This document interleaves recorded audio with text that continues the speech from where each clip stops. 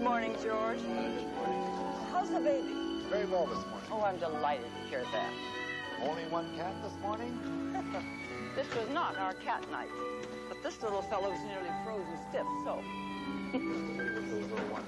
Thank you. Good morning.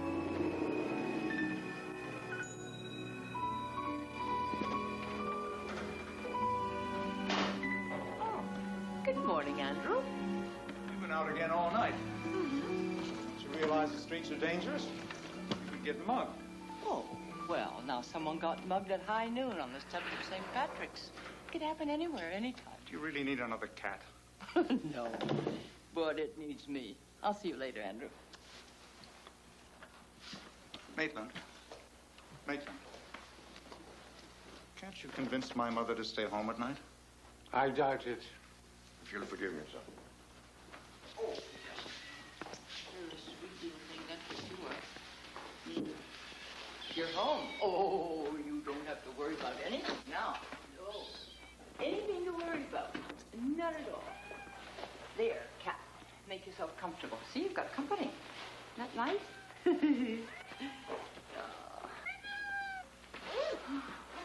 Oh, thank you. Thank you, Maitland. Oh, that was good. Maria's preparing your breakfast tray, madam. May I suggest you have it in bed? Why? I'm not sick. It was a long night, madam. And I thought you might be tired. Well, if I'm tired, it's from those long, endless arguments with my son. You know, I can't remember the last time I heard him laugh, or even smile, for that matter. Well,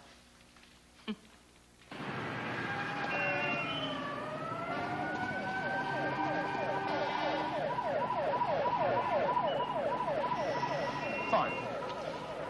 Now, about the new complex. I think it's a viable project, especially since we can acquire the land for under $5 million. There's also the cost of tearing down the existing tenements. Negligible when you consider the overall picture. It's going to call for an investment of about $40 million, depending on interest rates, of course. And the rates are decidedly in our favor right now. The question is, will Mrs. Kingsley go along? With her 51%, she can outvote us, as she did with the government contract. My mother is inclined to be biased about armaments, but this is quite another thing. And I'm sure I can get her to agree. no, absolutely not. The decaying, rat-infested tenements. I think you'd be happy to see them torn down. I would be, if the people who lived in those tenements had a better place to go that they could afford, but they don't. You can't change the world, Mother. Oh, that's such a poor excuse for doing nothing. Now, you know how much I admired Father. Yes. And I know how much he would have approved of this project. Oh, no, he would not have. Well, unless he could have provided a decent, low-cost housing for those people who are going to be displaced. No, I'm sorry. I just can't throw people out onto the street. There are too many homeless out there already. Winos and bums. Oh. Good night, Andrew. Good night, Mother.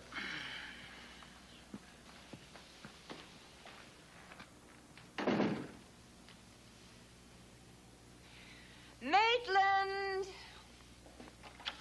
Yes, madam. I'm sorry. I apologize. I shouldn't be taking my bad temper out on you. Oh, no, that's quite all right, madam. Is there something you wished for? Yes. It's supposed to snow tonight, and I think we ought to start out early. Is the cart ready? Yes, madam. Good. And where are your galoshes? You know I dislike wearing overshoes, madam. Wear them. Beats getting the flu.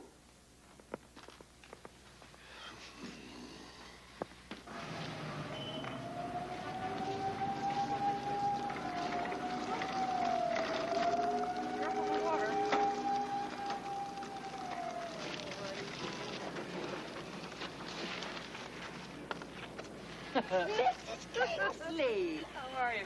Oh, just fine. Good. I want you to take that and buy yourself a new stocking cap. Oh, Mrs. Now. You want some coffee? No. You take care of yourself, Polly.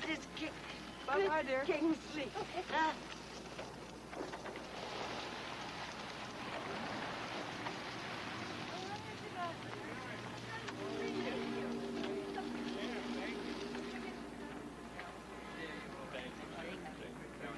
Professor, how are you tonight? Very Oh, well. I'm so glad to see you. Here, I want you to take Oh, these. no, please. Please do. Thank you. How are you? Oh, fine. Thank Sandwiches, you so very huh? much. Oh, yeah, Good. please. Good ahead. We'd like to eat some. I'm really hungry. Look. Oh, tonight, I hope you like it.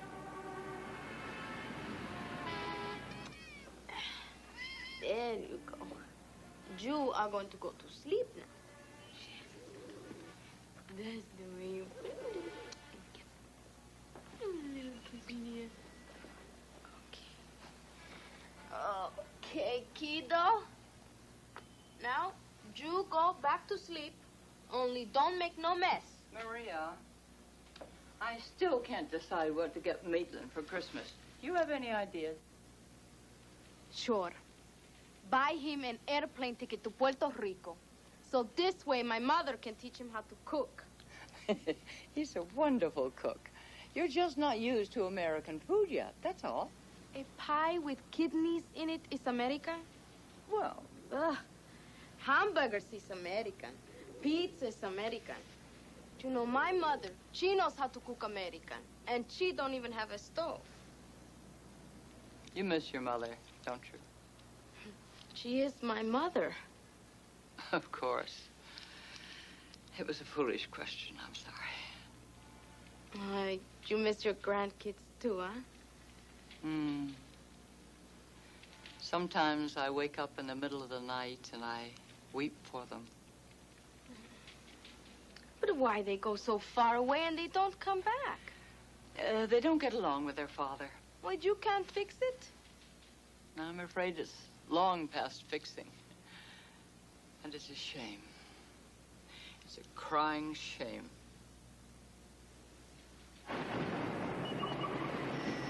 Sorry to trouble you, Mr. Kingsley, but I've just met with the auditors. They're pretty upset. I'm not interested in their emotional problems. It's about your mother. What's she done now? She doesn't write checks. She doesn't get receipts. She just hands out cash. The IRS won't accept a tax deduction for charity without proof. I think Mrs. Kingsley's conduct's gone beyond the point of eccentricity. Are you saying that my mother is unbalanced? No, of course not. I think Mrs. Kingsley's a remarkable woman. I just thought you should be apprised of the situation with the IRS. I'll speak to my mother. That'll be all, Groden.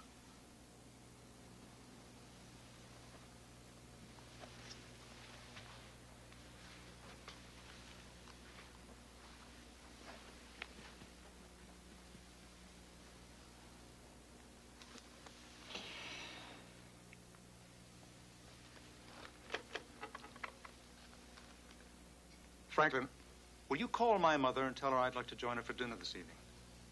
Then come in and bring your book.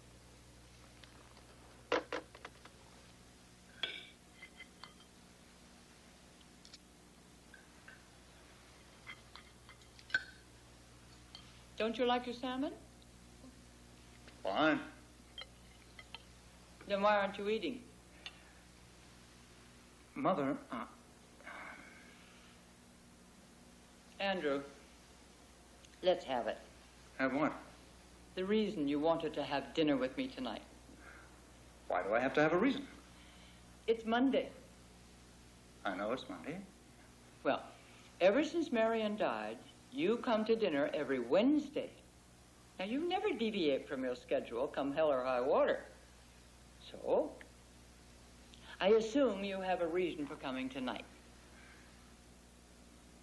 And it's probably an unpleasant one. Why does it have to be unpleasant? Because every time you have something unpleasant to tell me, you do it, where it won't matter if I make a scene. Why are you always so suspicious of me? I'm not suspicious. It's just that I know you so well. And Andrew, if it's about that new complex, forget it. I'm not going to change my mind. It's not the complex. Good. Then what? Your personal account. What about my personal account? You hand out cash. Mm-hmm. Well, is there a law against that? No, of course not. But if we're going to claim a tax deduction for the money you give to charity, the IRS demands proof. Now, if you wrote checks or got receipts... How can someone, without any identification, cash a check? And I don't see what good a receipt would do from someone whose only address is a Subway grate or maybe a cardboard carton. Then why do anything? You know the Amos Kingsley Foundation donates millions to charity. Mm-hmm, and it's all tax deductible. Well, what's wrong with that? Well, nothing really, but maybe if you paid a little more taxes and weren't always looking for loopholes, then the government might, just might, stop cutting the budget for the needy. That doesn't make sense. Well, it does to me. But then, of course, I didn't graduate from Harvard Business School. Why can't you just accept the fact that I'm trying to protect you? Me or my money? There is a difference, you know.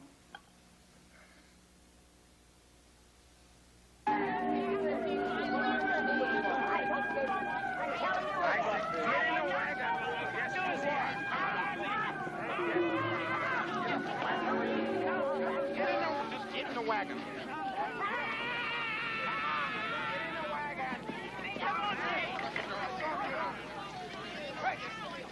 Wait a minute. Wait a minute.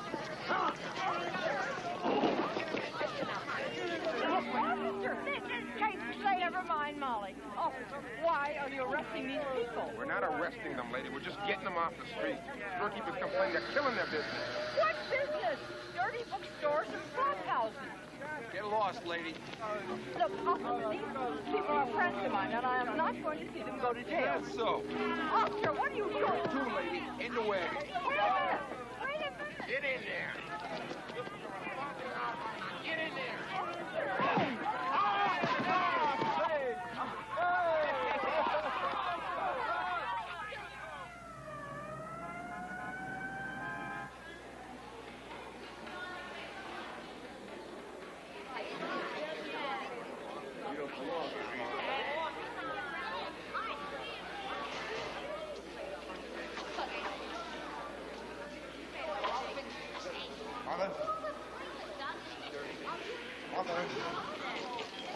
Mrs. Kingsley? Thank heaven. You took your time about getting here. Come on. We're dropping the charges against you later. Good. Oh, wait a minute. If they don't go, I don't go.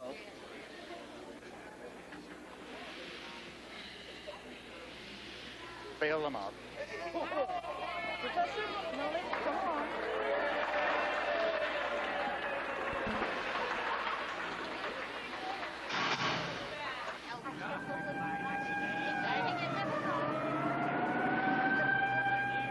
Mother, the car's down the street. Oh, thank you, Andrew. Molly, I don't want you to worry because I'm going to see to it that the charges are dropped against both of you two as well. Oh. All right? You know, I think you busted that cop's nose. I think that cop deserved to have his nose busted. Good night, Molly. Good night. And God bless you. Take care of yourselves. Good night, Professor. Thank you. You're welcome. It was on television in all the papers. How did you make such a spectacle of yourself? Really, Andrew, I am in no mood for a lecture, so just sit on it, please.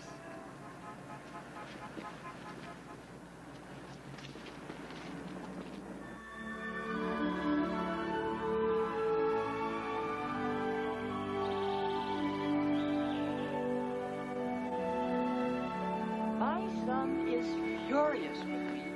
He'll cheer up at Christmas. Not Andrew. He doesn't like Christmas.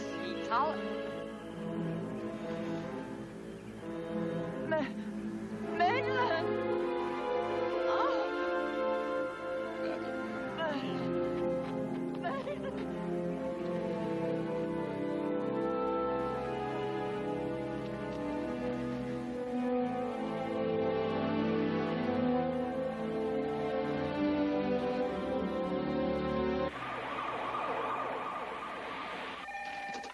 Nurse's station.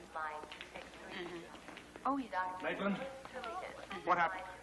Madam collapsed in the park. She was still unconscious when the ambulance arrived. They called Dr. Greenspan. He's with her now.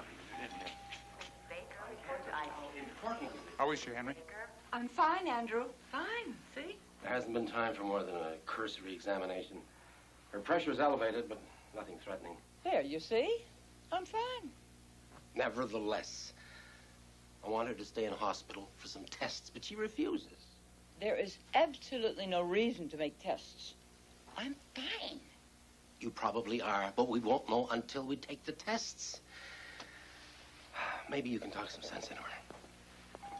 Dr. Murphy to pediatrics. Dr. Murphy Andrew, to pediatrics. Ask the nurse to bring my clothes. I'm going home. You're not going home. You're going to stay and do whatever tests Henry thinks are necessary. look, I am all right, I promise. People don't collapse unless there's a reason. Well, that's a jolly thought, I must say. It's just a precaution. Well, look, for once, just once, won't you do what I ask? Especially when it's for your own good. you really are worried, aren't you? Of course I'm worried. Oh. Yes. Yes, I'll stay.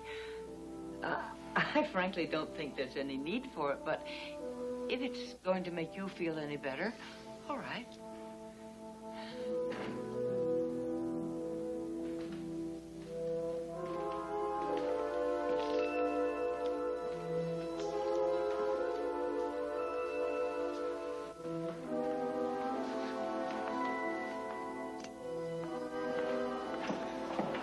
Hey, she's gonna be okay? Madam appears to be in her usual spirits, but she will remain in hospital for a few days for some tests. Hey, you don't look so hot. I bet you don't eat all day. How about I scramble you up some eggs? Thank you, no. I've no desire to eat. Hey, she's gonna be okay.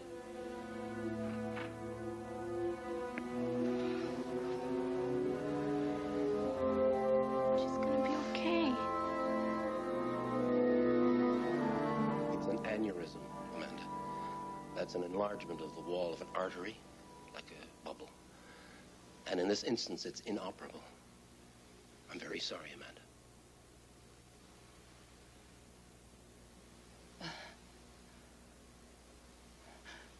What you mean is I have a bubble in my head, and it's going to burst? That's one way of putting it. I'm so sorry. When? There's no way of knowing. Oh. But it can happen anytime? Yes, Soon? soon is relative. Weeks, months. But it's inevitable. I'm so sorry, Amanda. You dear, sweet Henry, please stop saying you're sorry. I never thought I was immortal. I'll tell Andrew. No. Oh, no. No, I don't want Andrew to know. He's your son, Amanda. I know that, but there's no point in upsetting him over something that nothing can be done about. And there's another reason, too. I don't want what time I have left to be spent being treated like an invalid. There are too many things that I have to do. What about pain? Minimal. Oh, thank heavens. That's a blessing. Because you know what a chicken I am about pain. Yes, I know.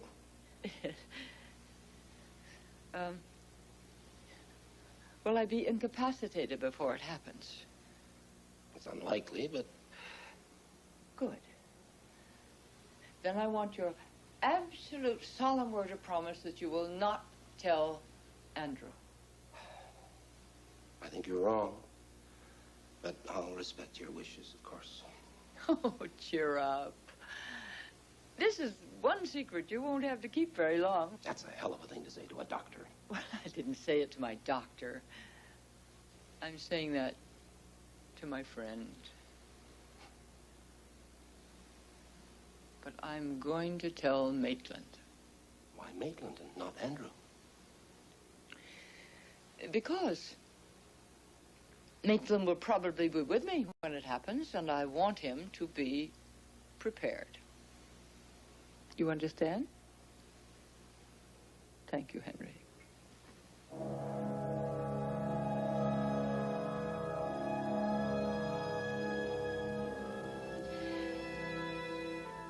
And, that's it.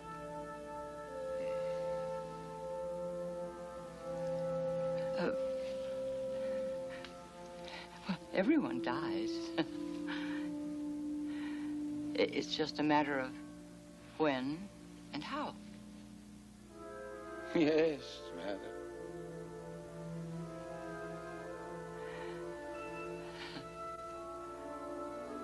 Is there anything else? No.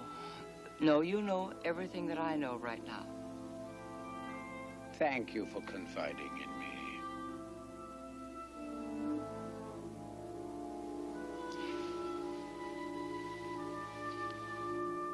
Would you like a cup of tea? Oh, that would be nice, yes.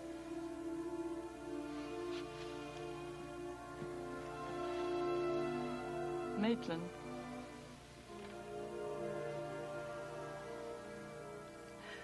I knew you would handle this well.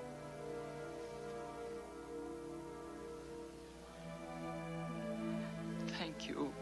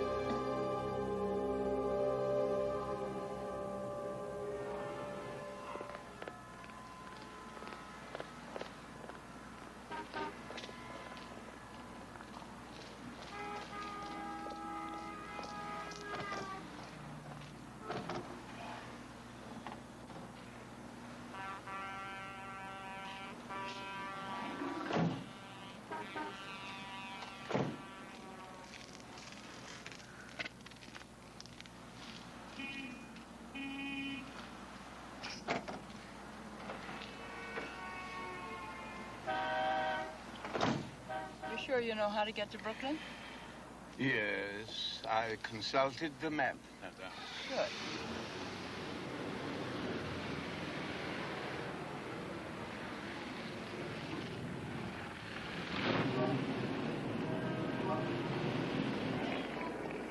But how come you picked me? Did somebody recommend me? No. I took your name out of the yellow pages. Oh. But why bother coming all the way to Brooklyn? I mean, there are plenty of private investigators in Manhattan. I'm talking about big-time operators. Yes, I know. But, you see, my husband opened his first little office about 3 doors from here. And it was the beginning of a very successful business. And since our good fortune started on Flatbush Avenue in Brooklyn, I felt that I would be lucky here as well. I guess that's as good a reason as any. Okay. What have you got for me to go on, please? Mason, please. Thank you. Here you are. Thank you. Oh. No, I just thought that they were little kids, that this was some kind of custody hassle. Oh, no, heavens no. And of course, they're much older now than they were in those pictures. Josh, he's 22. I'm 24, madam. That would make Melissa 26. Melissa is 26, madam. And Harley is 32. 32? Oh, it's hard to believe he's been gone so long. Huh. Excuse me, would you help me out here and tell me something specific about them, please, okay? Oh, yes. Well, Melissa. Hi.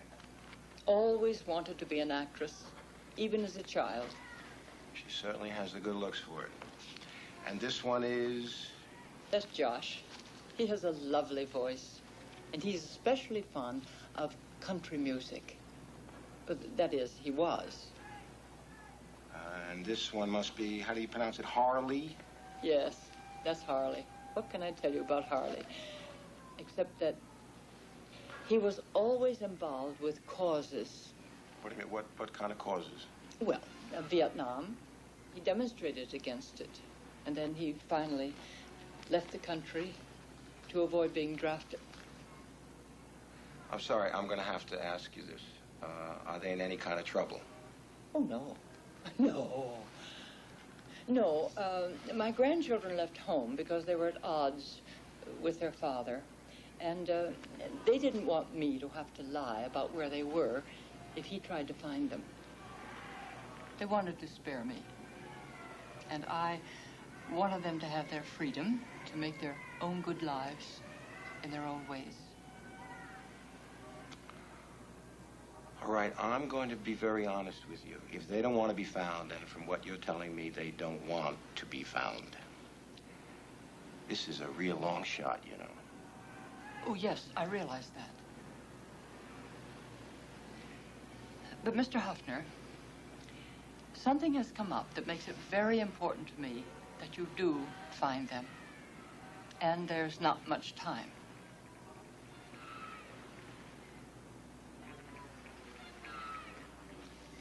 Let me see now. There's $10,000, plus all of your expenses, and an extra $5,000 for each grandchild you find by Christmas.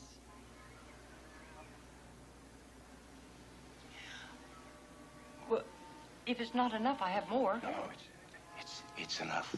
Oh, good. Then you'll take the case. I'd be crazy not to. That is settled. Where will you begin?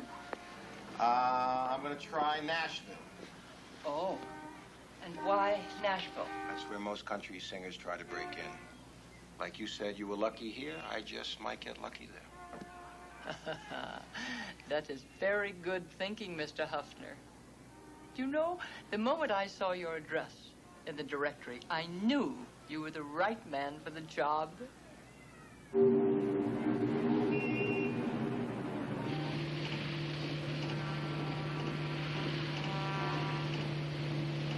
You haven't said one word since we left Mr. Huffner.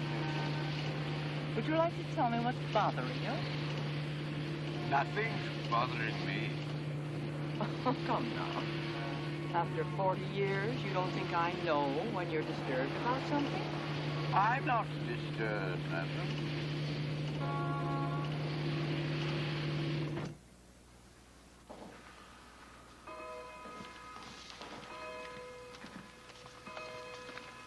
Would you like a glass of sherry before dinner, madam? No, thank you.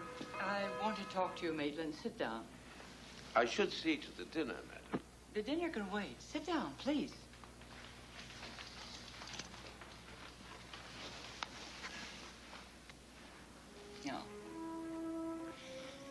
You disapprove of my hiring Mr. Hoffner, don't you? Quite the contrary. I very much approve, madam. Then what is it? Since you insist, madam, I'm disturbed that you were less than forthcoming with Mr. Hoffner.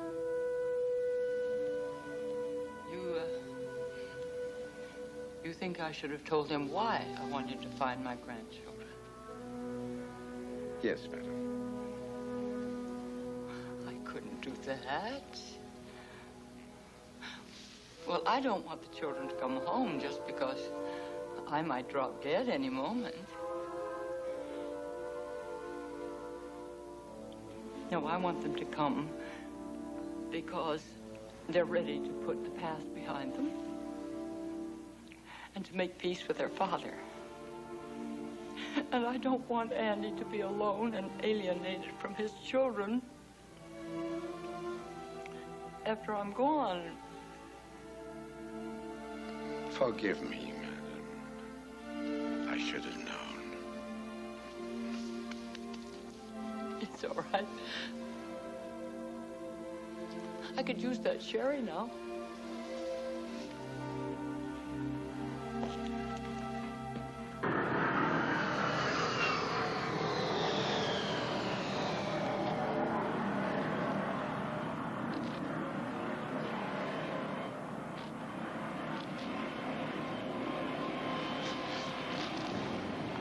Take me to 5-star recording.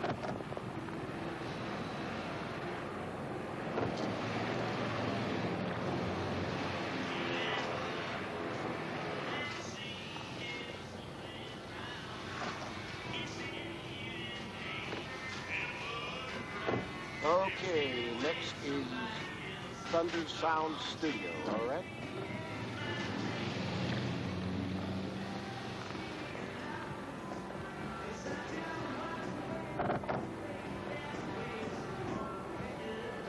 Change that station, will you please? Okay, next. Lady, all I want to do is deliver a message to him. Josh's grandma hired you to find him and to ask him to come home for Christmas? Well, you don't believe me? I'll be very happy to give you her phone number. You can check it out for yourself. No, I guess you're on the level. Okay, thank you. Josh is always talking about his grandma. He was crazy about her. Well, does this mean you're going to tell me how I can get in touch with him, please? Well,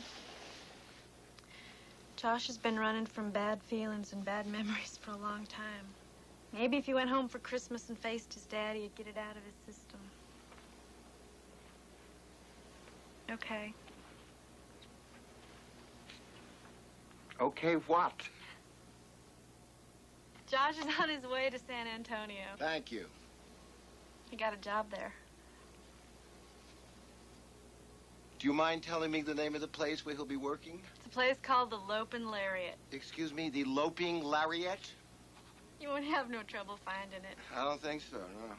You don't have to rush either. That thing he's driving, it'll take him a couple days to get there. Thank you. Loping Lariat. Mr. Huffner, that is marvelous news. Yes, and I have no doubt you're going to find those other two scallywags as well. And thank you. Thank you so much for calling. Yes, goodbye. Well, he found Josh. He hasn't spoken to him yet, but he will in the next few days. That's very good news indeed, ma'am. Oh, indeed it is. Did you order the tree? It's much too early for the tree, madam. No, I don't think so. I want to be absolutely sure that we get the biggest and most beautiful tree available. My grandchildren are coming home for Christmas. It doesn't leave a great deal of time for Mr. Huffner to find Harley and Melissa. He will. He will. I'll order the tree, madam. Thank you. Thank you, Maitland.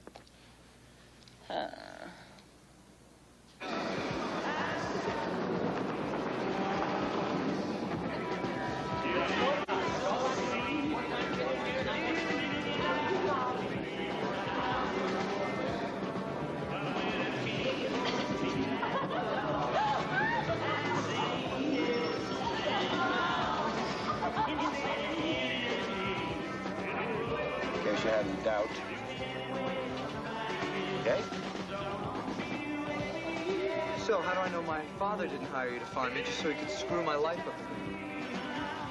Unless your father wears a sable coat and carries a satchel full of cash, I think this is what your grandma. Yeah, that's my grandma, all right. How is she? I only saw her once when she hired me, but she looked fine. That's good. Yeah, that's good. And that's all she said to tell me. She'd like me to come home for Christmas. That's it. So should I tell her you'll be coming home for Christmas? No. Look, Mr. Huffman, it's not that I don't want to see my grandmother. I love her. I just don't want to see my father. Excuse me. This is really none of my business. I was hired to find you, deliver a message, and I did. Okay? Well, you probably think I'm just some rotten kid who's down on his old man, right? Look, if I wanted to figure out what made people tick, I would have become a shrink and not a private investigator. I was 12 years old when Harley took off. That made me the heir to the throne. But, Mr. Huffman, the only thing I cared about was my music. My father didn't care. He sent me to a military academy to make this man out of me. When I got out, I tried to explain to my father why I kept running away, but he wouldn't listen. He kept talking at me instead of to me.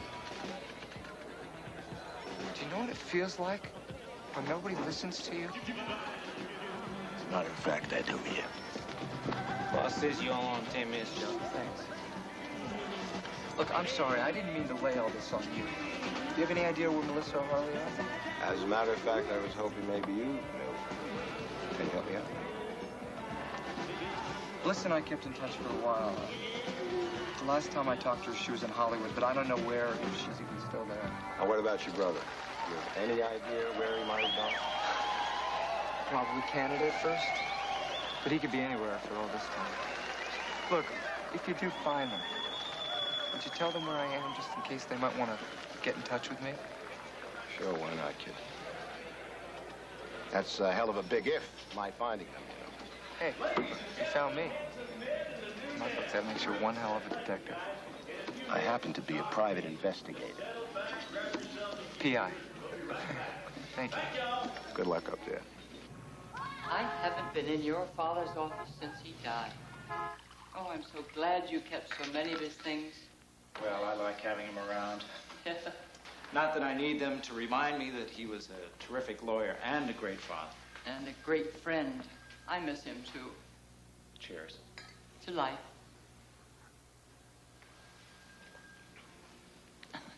Sit down, dear. It's a pain in the neck looking up at you. Well, shall we get started?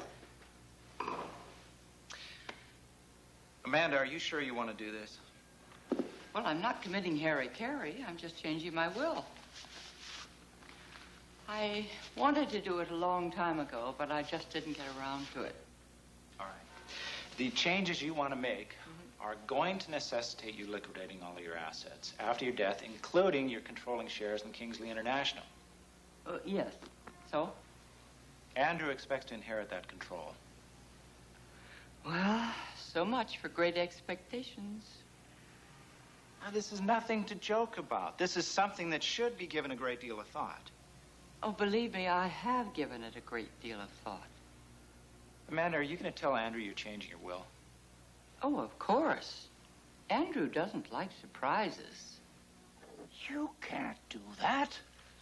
Oh, yes, I can. Coffee? Do you realize what you'll be doing to Kingsley International? Yes. To me? Yes, but it's not as though you're going to be left destitute. That's not the point.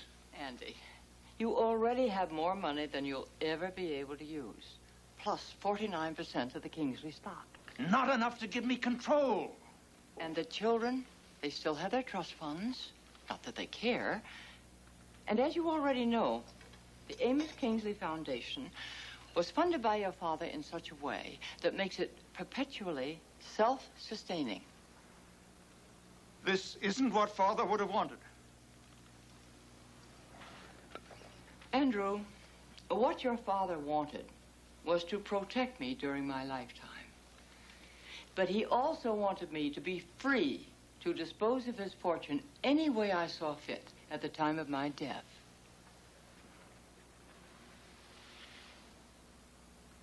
Oh, Andrew, I know that I'm a constant source of irritation to you, that we never see eye to eye on anything. But I was hoping just this once you would understand my need to follow my conscience. What you are doing is insane. Why? If Andrew Carnegie can leave his fortunes to universities and to building libraries, now why can't I leave mine to building shelters for the homeless? Because I won't let you. You're my lawyers, and I pay you a small fortune to protect my interests. Can't you come up with something? Under the terms of your father's will, Mrs. Kingsley is free to dispose of all he left her when she dies in any manner she sees fit. I know that, but my father never intended to have her create havoc in Kingsley International. Kingsley is far too substantial to be affected. There might be a period of adjustment. It will no longer be controlled by the family. That's always been Kingsley International's greatest asset. I don't need you to tell me that. What I need is your advice on how to stop my mother. There is one way. What? You can apply to the court and ask them to declare your mother incompetent. Then we can ask the court to name you her conservator. Don't you think that's pretty drastic? Why? Mrs. Kingsley obviously needs to be protected from herself. It's not just a matter of the will. A case can be based on the past eccentric behavior. If you'll remember, I did suggest just recently that something ought to be done about Mrs. Kingsley's lack of responsibility in fiscal matters. I'm opposed to such an action. It could be a traumatic experience. Once we petition the court, there will be a hearing. We'll have to bring in psychiatrists to testify to Mrs. Kingsley's diminished capacities. We'll have to provide witnesses to her erratic behavior. It will not only be painful for your mother, but for you as well. There's bound to be publicity, unpleasant publicity.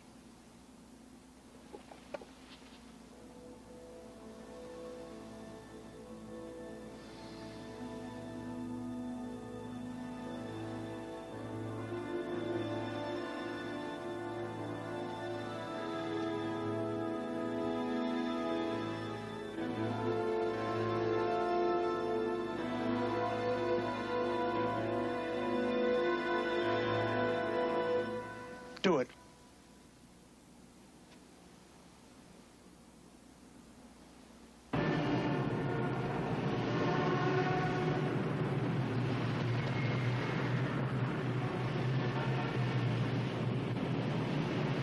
You don't think I enjoy doing this, do you, Your Honor? Well, then why do it? I haven't any choice. Oh, that's nonsense. People always have a choice. It's simply a matter of making the right one. You know, if your father were alive, he would beat the living daylights out of you. If Father were alive, this wouldn't be necessary. It's not too late to call off the hearing.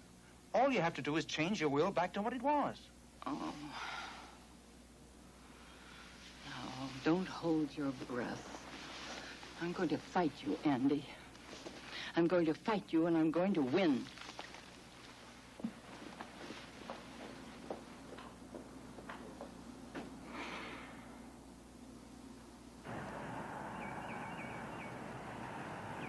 La señora no está en casa. Está en el teatro.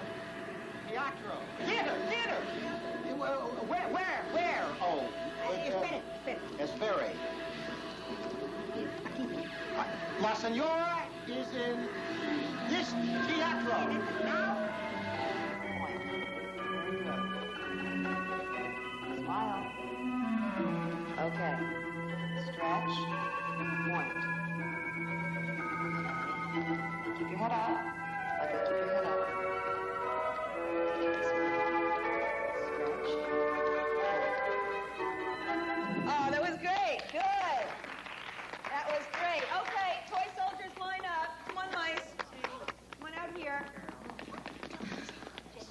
Oh, mothers. No mothers on stage. The children will expect you every time. Now, come on. All right. Sugar Plum Fairies off left.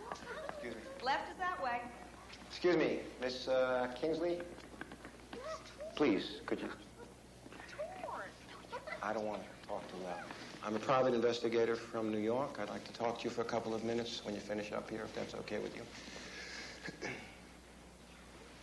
All right? Kingsley's not my name anymore, so I have no idea how you found me.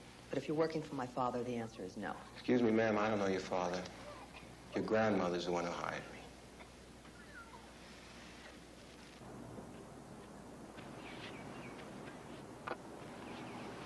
That's my favorite picture of my grandmother. Thank you. Why don't we go out on the deck? It'll be cooler. Scare you living on the edge? I guess not, huh? No, only when the earth moves. Which it does from time to time. I see, okay.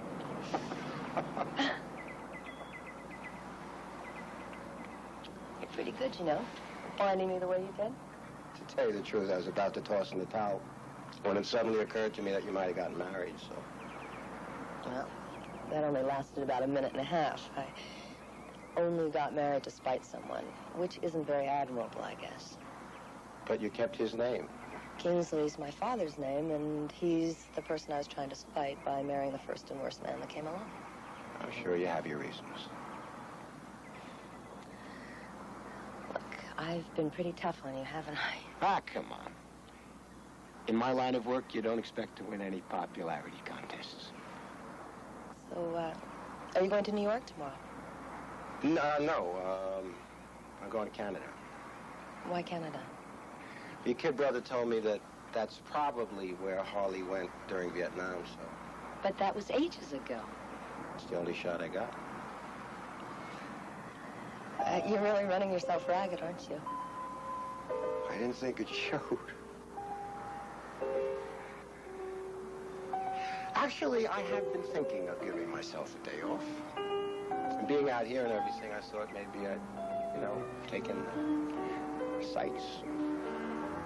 Well, I could be your guide. I don't have rehearsals tomorrow, and I'd be glad to show you around. Why? Because I was kind of nasty to you, and I'd like to make it up to you. Do you always look a gift horse in the mouth? I'm no genius, but I've never been accused of being stupid. I thank you for the offer.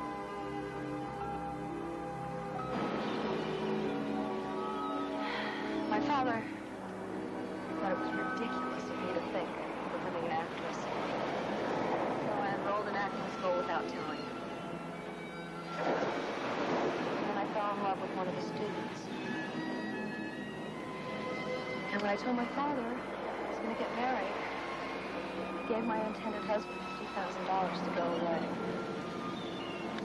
He did. You did? Sounds like your old man was right about this guy. It's not the point. Sorry. I don't understand. What is the point? The point is, my father was trying to teach me that money could buy anything, including people. I get it.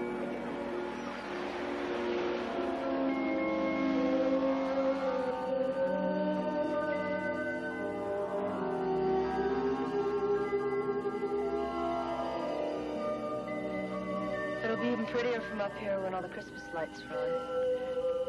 Yeah? What does that mean? That you're not going to come east for Christmas? I don't know. It's not that I don't want to. I love my grandmother. Look, excuse me. This is probably none of my business, but it really wouldn't have cost you anything to let your grandmother know where you were all these years. But it would have cost her. For as long as I can remember, she had to act as a buffer between our father and us. And I know it really hurt her. And I don't want that to happen again.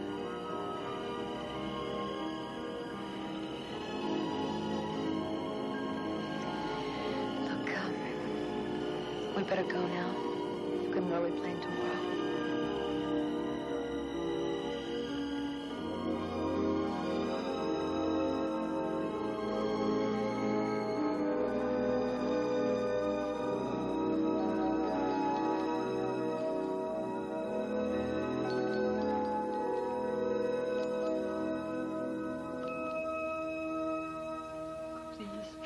Relax, Molly. I'll stay right here with you until you fall asleep. Isn't it a crock? Dying just before Christmas. In a dump like this. They don't even let no flowers in here. You're right. It is a crock. I'll be right back.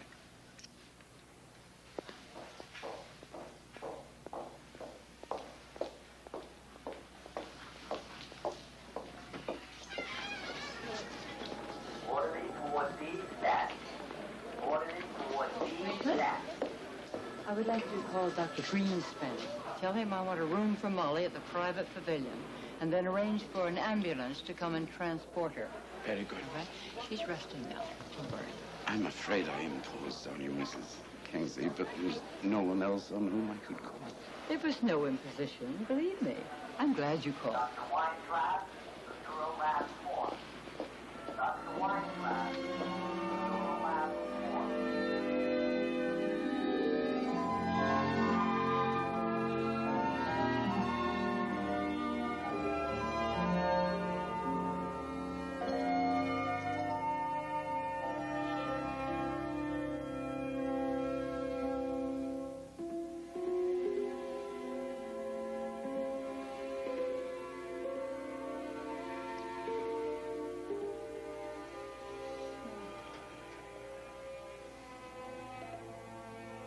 I never seen so many flowers. I'm dying like I was somebody. You silly girl. You are somebody. You're a child of God, Molly, who loves you dearly. And so do I. Molly.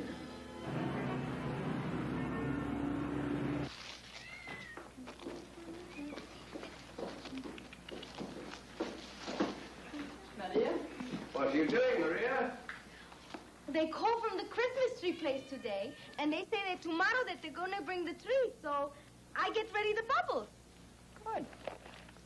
This one don't look like no bubble. Oh, no. No, that goes on top of the tree. My father carved that for me when I was a little girl. I'll tell you all about it someday. He called it the Christmas dove. Oh, I almost forgot. Mr. Huffner called today also. Oh?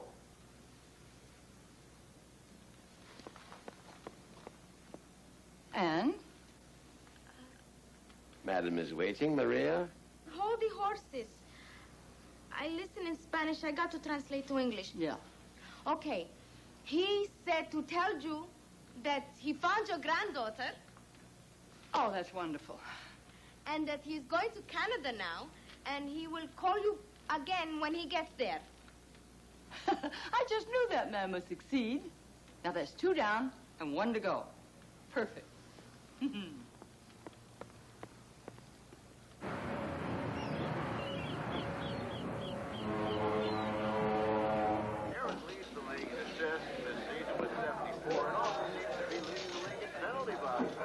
Give me a scotch, will you, please? No, wait. Change that to an Irish coffee, as long as the coffee is nice and hot. Irish coffee, Peter. My assumption is that you are not from Canada. Where are you from? Arkansas. Hey, Arkansas. How long you been up here? Since Vietnam. I'm one mountain boy who ain't able to shoot a rabbit without chucking up, so I wasn't about to shoot people. As a matter of fact, I'm up here looking for somebody who might have come up here during the war. Don't you want to go home? There's amnesty now. His grandmother wants him home for Christmas, so I'm looking for him. That's nice. You folks never want to see me again. Well, I tell you, I've been busting my butt for the last 2 days, checking all the official sources they got up here. I don't even know if this guy is in Canada, let alone Toronto. Now, how about Montreal? Lots of the guys went up there. Sure, I could also try Manitoba or Saskatchewan or take a dog sled to the North Pole. I just don't happen to have the time. How about the club? Excuse me, the The club? That's just what I call it. They helped out guys like me when I first came up here. They got us jobs, tried to find us places to live. Some of the guys needed shrinks and lawyers. They helped out with that, too. I just had no idea they'd have an organization like that anymore. What with the war being over so long, I never thought of it. For some guys, the war won't never be over. Yeah. Maybe Mays can help you find the guy you're looking for. He's one of the first guys that came here. He helped set up the club. Thank you, Arkansas. You're welcome. Excuse me, Mr. Mays? My name is Morris Huffner. I'm a private investigator from New York. Do you mind if I talk to you for a second, please? If I had known about your organization, I could have saved myself a hell of a lot of hard work, I'll tell you. Well, we're mostly old news by now, but they still need us.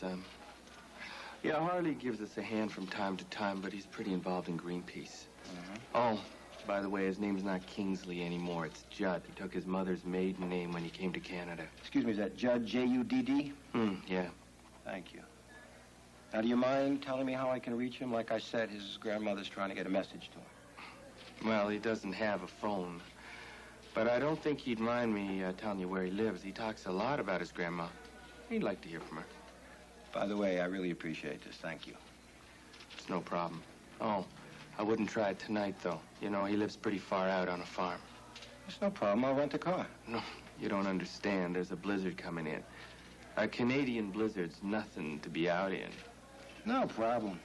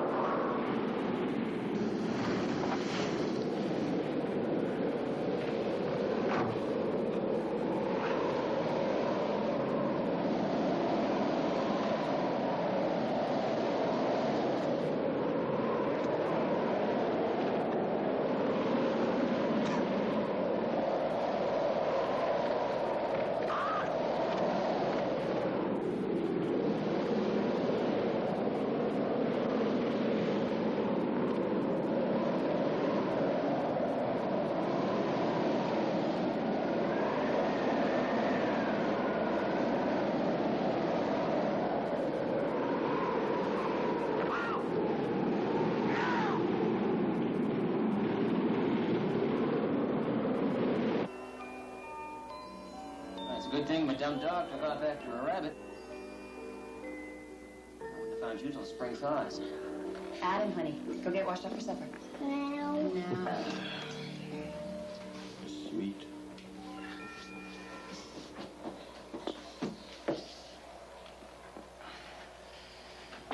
You got a nice family. Well, I wanted a family. I needed one. Excuse me, I know that your mother's dead, but you do still have a father. As far as I'm concerned, my father's dead, too. Harley, I wish you wouldn't say things like that. Why not? It's true. My father has tunnel vision. The only thing he can see at the end of the tunnel is money and power.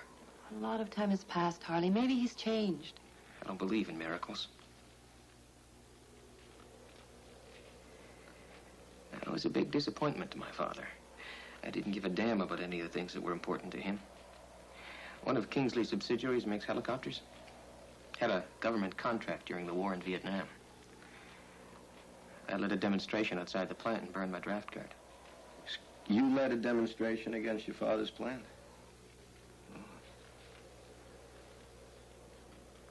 When I told my father I'd rather leave the country than go to Vietnam, he didn't say a word. Just looked straight through me as though I didn't exist anymore. That was the last time I saw him. If I never see him again, it'll be too soon. So I guess this means you're not going home for Christmas, huh? Well, I love my grandmother. Oh, yeah. Everybody loves Grandma. What does that mean? It means that I don't buy it. I heard exactly the same thing from your brother and from your sister. If you really love your grandma so much, she shouldn't have had to hire me to come looking for you, no matter how rotten your relationship was with your father. crying out loud. She's an old lady. She's your grandma. The next time you see her might be at her funeral.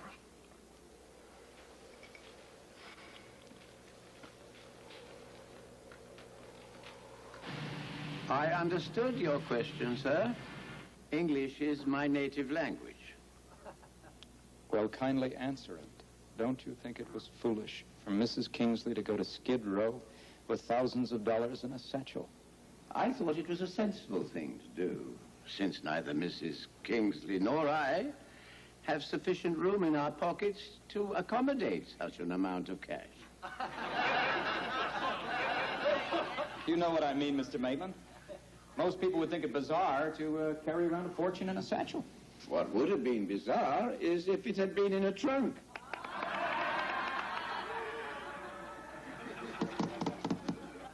We're not here to entertain the public, Mr. Maitland. You were present when Mrs. Kingsley assaulted the police officer and broke his nose? Correction, sir.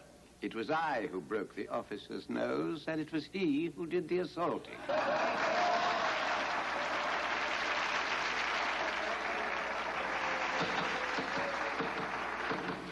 Quiet, please.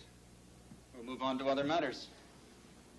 Isn't it a fact that Mrs. Kingsley bought $6,000 worth of toys from an exclusive toy store just a short time ago? Yes. Well, don't you think that's a rather exorbitant amount of money to spend on toys? Not if the toys were for children's hospitals and juvenile facilities. And to anticipate your next question, Mrs. Kingsley spends a similar amount of money on toys every Christmas and has done so for the past 20 years or so. Thank you. That was my next question. I have here a receipted hospital bill which Mrs. Kingsley paid. It was for a bag lady. I find that term offensive, sir. Her name was Molly Gottchalk, and she was a homeless, destitute woman who was dying.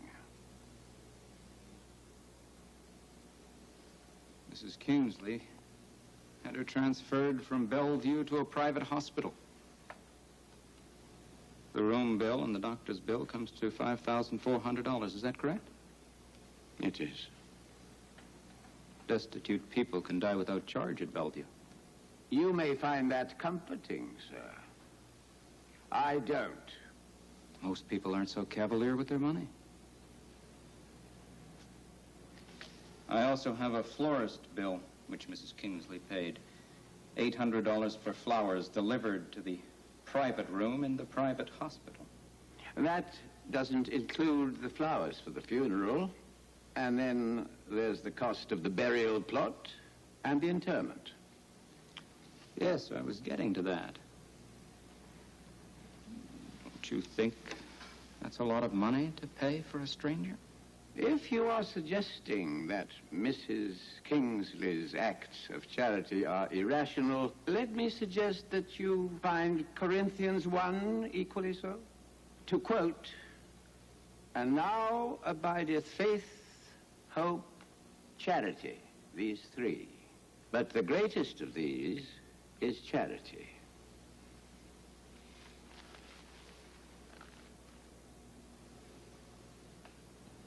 Mr. Jameson asked you a couple of questions, and I'm going to do the same. It's called cross-examination. You don't have to explain. I saw it all on TV. Cross-examination is when you try to trick me, huh? All I want from you is the truth. Mrs. Kingsley has numerous cats. Can you tell me how many? Well, who counts? You don't like cats, huh? Some cats I like better than people.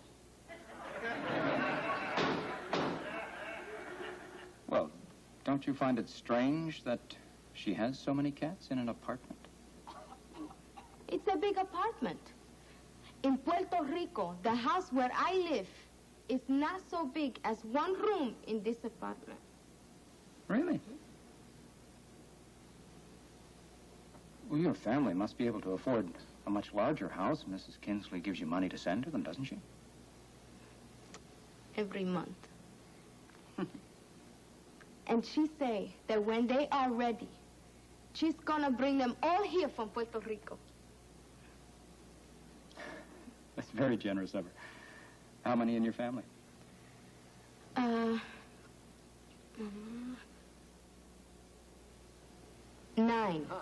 But I'm counting one aunt, and she's only a maybe. Mrs. Kingsley's going to pay for all their plane fares? Well, how else they get here? Only God can walk on water. Very true. Thank you, Miss Estevez. You've been very helpful.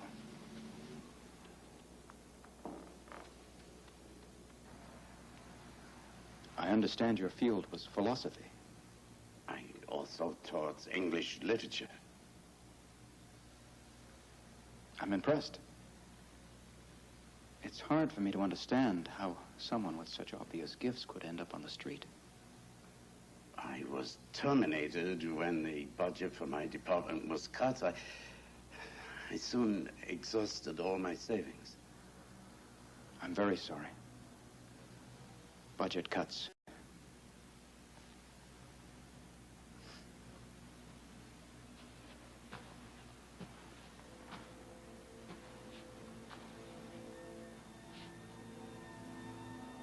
Were they the only reasons that the university let you go? They fired you because you're an alcoholic, didn't they? An alcoholic, a falling down drunk, who preferred to present himself to Mrs. Kingsley in a much more sympathetic light. He took advantage of a rich and vulnerable old lady. That is enough. You have absolutely no right to speak to this man in that manner. What kind of a human being are you?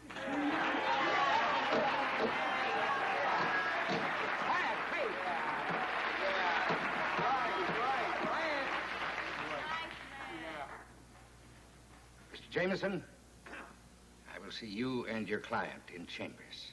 Fine. That goes for you, too, Mr. Groden.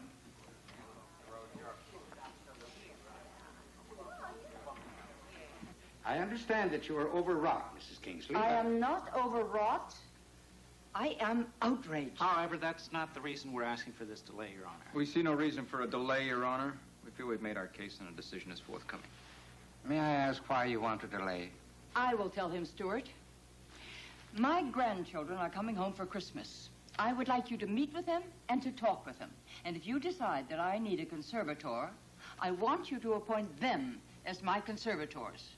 That's ridiculous. I have no objection to a delay. Well, if Mr. Kingsley has no objection, I see no reason not to grant brief delay. Thank you. Shall we say January the 5th at 10 a.m.? And I think it would be advisable for us to meet here in my chambers. Thank you. Thank you. A happy Christmas, Your Honor. A happy Christmas to you, Mrs. Kingsley. Is there something else, Mr. Kingsley? I didn't want to say this in front of my mother. I was afraid it would embarrass and humiliate her. That's why I agreed to the delay. I don't follow you. My children, the grandchildren my mother referred to, are not coming home. Not for Christmas, probably never. They've been gone for a great deal of time, and their whereabouts are unknown. I started this action because I felt that my mother was no longer able to handle her own affairs. But I didn't realize how much she had deteriorated. She's fantasizing now, suffering from delusions.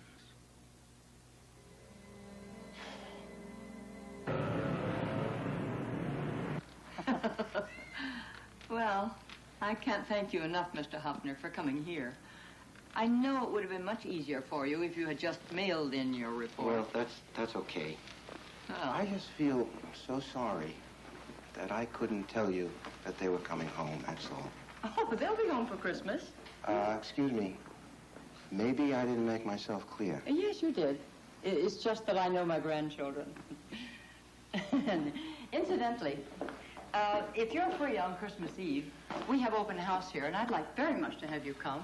Oh, thank you. I don't have a family, so I never have anything special to do on Christmas. Oh. This is awfully nice of you. Thank you. Then it's all settled. Thanks. And goodbye again. Mr. Huffner, I think you're a wonderful detective. Oh. Private investigator. Whatever. You're wonderful. Oh, the lights look wonderful. See how white the dove is now? Yeah. Does look different. What'd you do to it? Well, I put it in the dishwashing machine. You did. The children are going to get a bang out of that. Maitland, I thought the detectives say the grandkids wasn't coming home. Mrs. Kingsley believes they'll come, but I'm very much afraid she's going to be disappointed.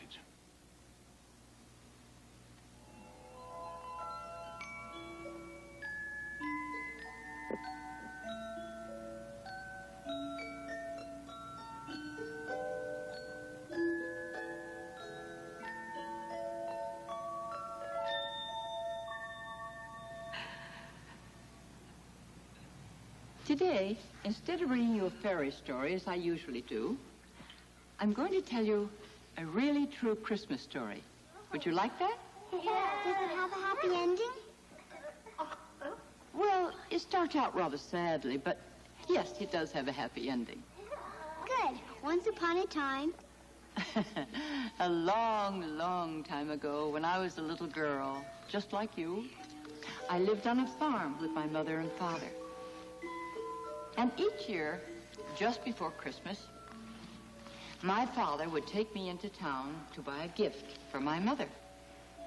Then, one year, when I was 7 years old, a sad thing happened.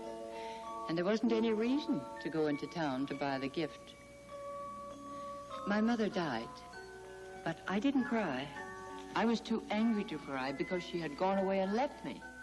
My father told me it would be better if I cried. Because, he said, tears were God's way of melting a heart that was frozen in grief. But I was too angry to cry. And that was when he told me the story of the Christmas dove. Some people call it the dove of peace. Anyway, he said it happened during a terrible, terrible war. And that one evening, even though it was Christmas Eve, there was a battle raging. And suddenly, across the battlefield, a beautiful dove appeared, soaring gracefully and easily. And when the soldiers saw it, their guns went silent, and they remembered that it was the birthday of the Prince of Peace. And then what do you think happened? Well, those soldiers threw away their guns and they started walking toward each other across the battlefield. And when they reached each other, they embraced and they wept.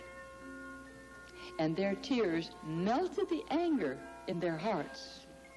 And then I cried too, because I understood why my father had told me the story of the Christmas dove. I realized that he wanted me to know that there's no peace without forgiveness and no happiness without peace.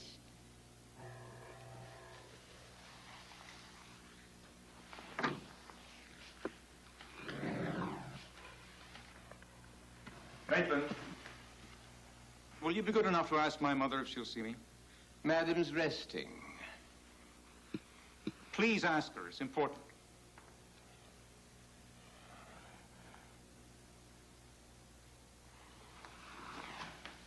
If you'd care to wait in the living room, I'll inquire.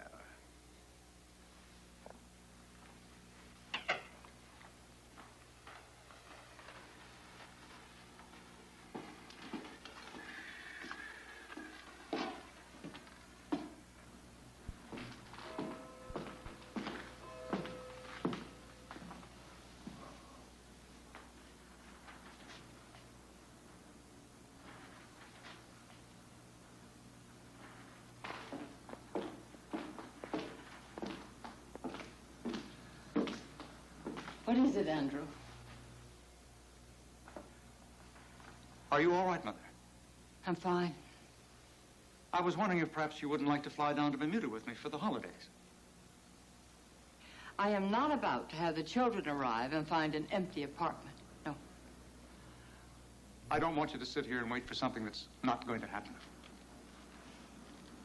Are you sure we should be having this conversation at all? After all, we are adversaries, you know. We're not adversaries. Oh. I'm sorry I had to put you through that court hearing, but I had no choice. So you said. Well, I had to protect what Father spent his lifetime building up. I don't have to tell you how much I admired Father. So you said many times. Well, it's true. Yes, well, I think that your father would have preferred to have you love him. Well, of course I did. Even the word makes you uncomfortable. It's such a simple word. Why is it so hard for you? You know I'm not demonstrative. I know, but people need to know. They need to be told that they're loved. Did you ever tell your children that you loved them? Did you ever tell Marion? She was your wife. And the only thing she wanted when she was dying was to hear you say you loved her. You weren't even with her when she died. But you know I had to be in London. There was a great deal of money involved. Oh. And I had a responsibility to the shareholders. I inherited that responsibility. I had to prove that I was as capable as Father, didn't I? Why? Did you think I would love you any less because you weren't? Oh, Andrew, love, real love, it's unconditional. Then why did I feel I had to earn it? Why did I always feel that I wasn't included in what you had with Father? But you were. I was not. I wasn't going to let that happen again, and I didn't.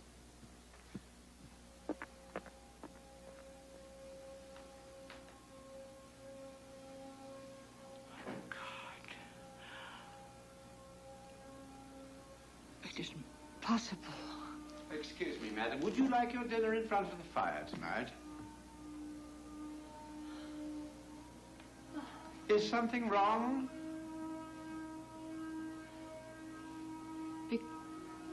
Because Amos and I were so much in love, and we never hesitated to show it, Andrew grew up believing that he wasn't a part of it, that he was excluded. Oh, that poor little boy. Oh, how lonely he must have been. How insensitive of me not to have seen what was happening. Maitland, I've been so blind for so many years. I just pray to God that my son can forgive me. You've done nothing that requires forgiveness. Oh, but I have. If Andrew can't show love or even express it, then it's got to be more my fault than it is his. Oh, I'm so sorry. I'm so sorry.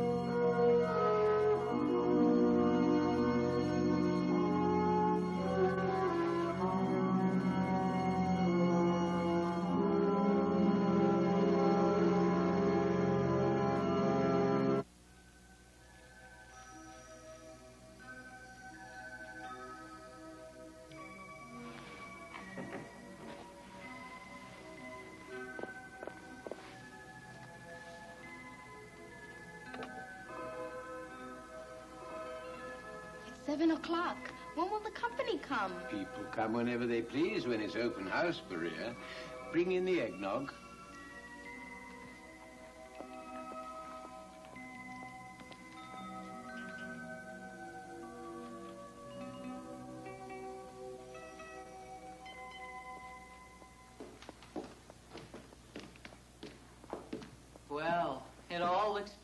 wonderful. You've outdone yourselves. Thank you, madam. You didn't forget the pine cones, did you? No. The cones are in the basket by the fireplace. Good. I want it to smell as beautiful as it looks. Were you able to get a hold of Andrew? Andrew hasn't been in his office all day, madam.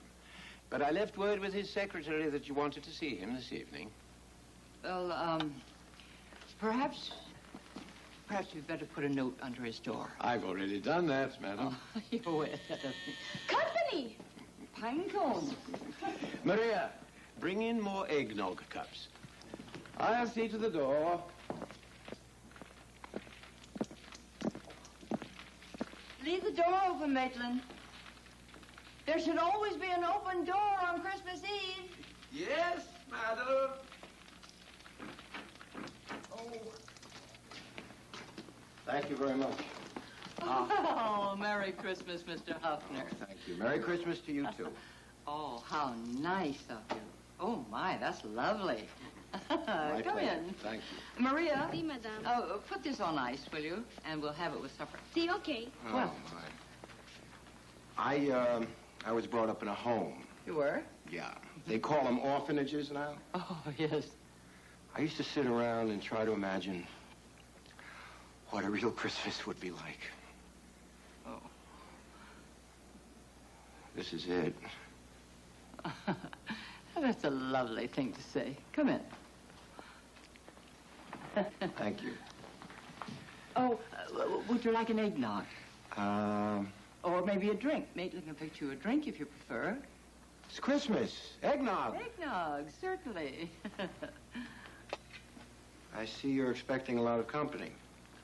Oh, Mr. Jameson, he's my attorney. He usually makes this the last call of the evening. And then there are the people from the Sullivan house, but they won't come until after their own party.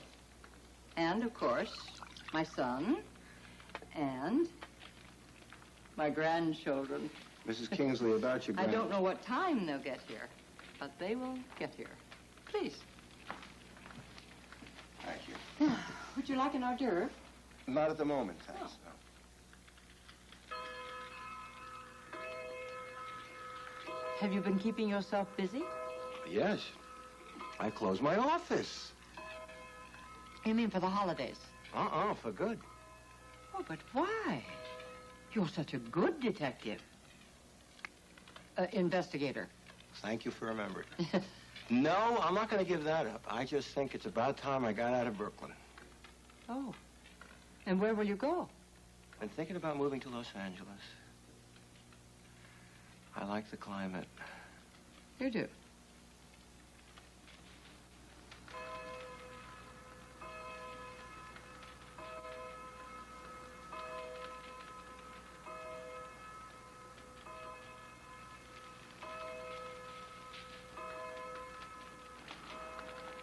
You see this? Mm-hmm. Josh made it for me. And he wrote the piece of music that's inside of it, too. That's nice. On his 16th birthday. It was wonderful. Music. Maria. Si, madam. Would you please put on some Christmas carols? Anything. Yes, madam. Are you starving? No. Oh, thank heaven, because we're not going to sit down until all of the guests arrive. All right? Now, this is Harley's. He made it in,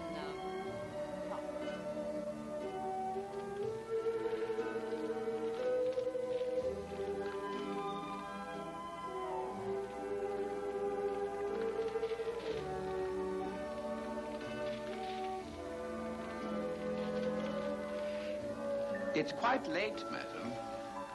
Would you like me to serve dinner?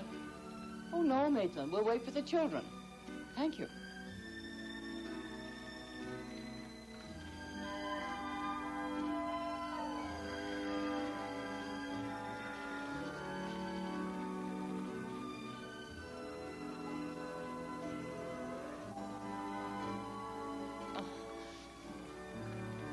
Mr. Huffner, would you push that log before it falls?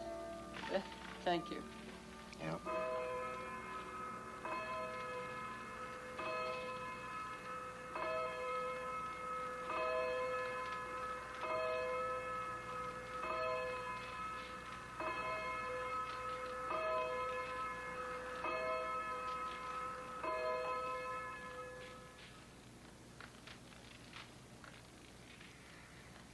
know you're disappointed, Mrs. Kingsley.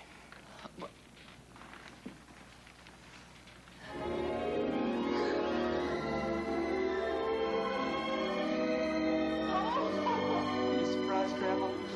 No, indeed. I expected you. Oh, Alyssa. Oh, Josh. Oh, I'm so glad to see you. Oh, we didn't even know ourselves. Coming until yesterday. You know, I called Josh. But Liz had called me already. I didn't even know how to reach Josh until Morris, Mr. Huffner, left his number with me. And with me. Oh, he did. Oh, wait, I almost forgot. Uh-huh. Grandma, this is Patty. We're getting married. Oh, well, that is a surprise.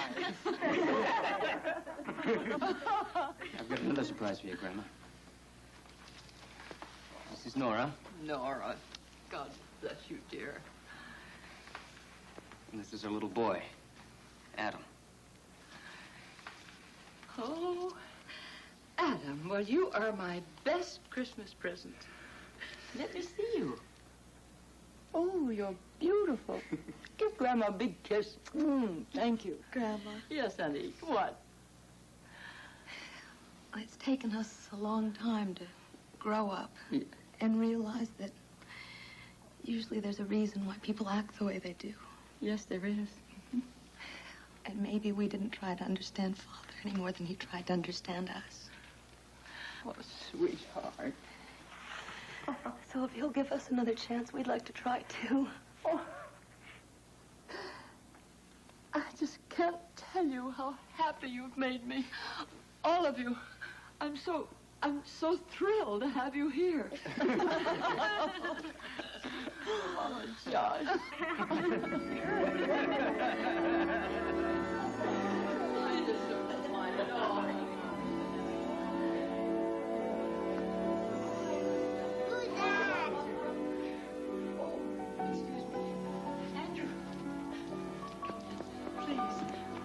No, thank you. I just dropped by to give you this. What is it? The documents voiding my request to be your conservator. No one needs a conservator less than you.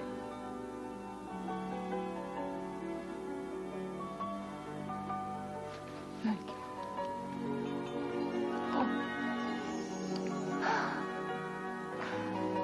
I know I haven't always understood you, Andrew. But there never was a moment that I didn't love you. I want you to know that. And I want you to believe that. It's very important for both of us. Mommy says you're supposed to be my grandfather. This is Adam, Harley's little boy, his son.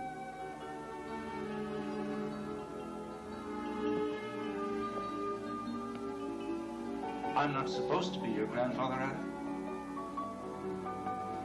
I am your grandfather.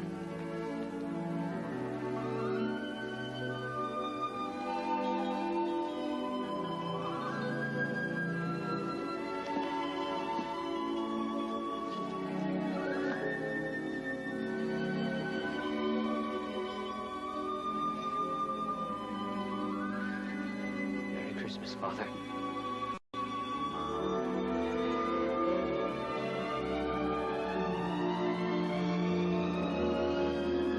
Merry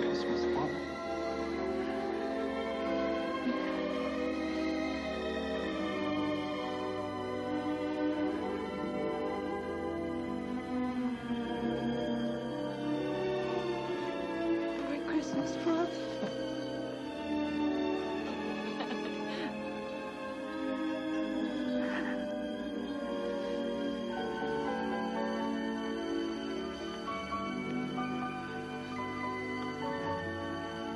Welcome home.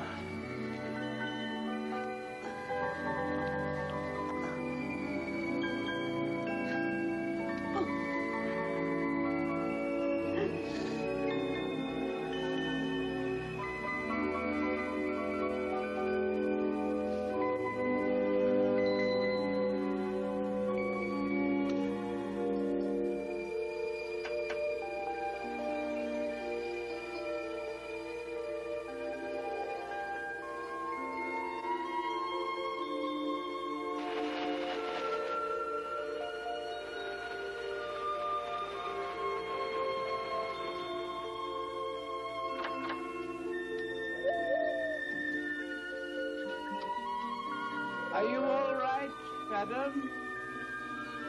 Come in, quickly. Look. Look, they're on the terrace. Oh, how perfect. Merry Christmas, madam. Oh, Merry Christmas to you too, Maitland.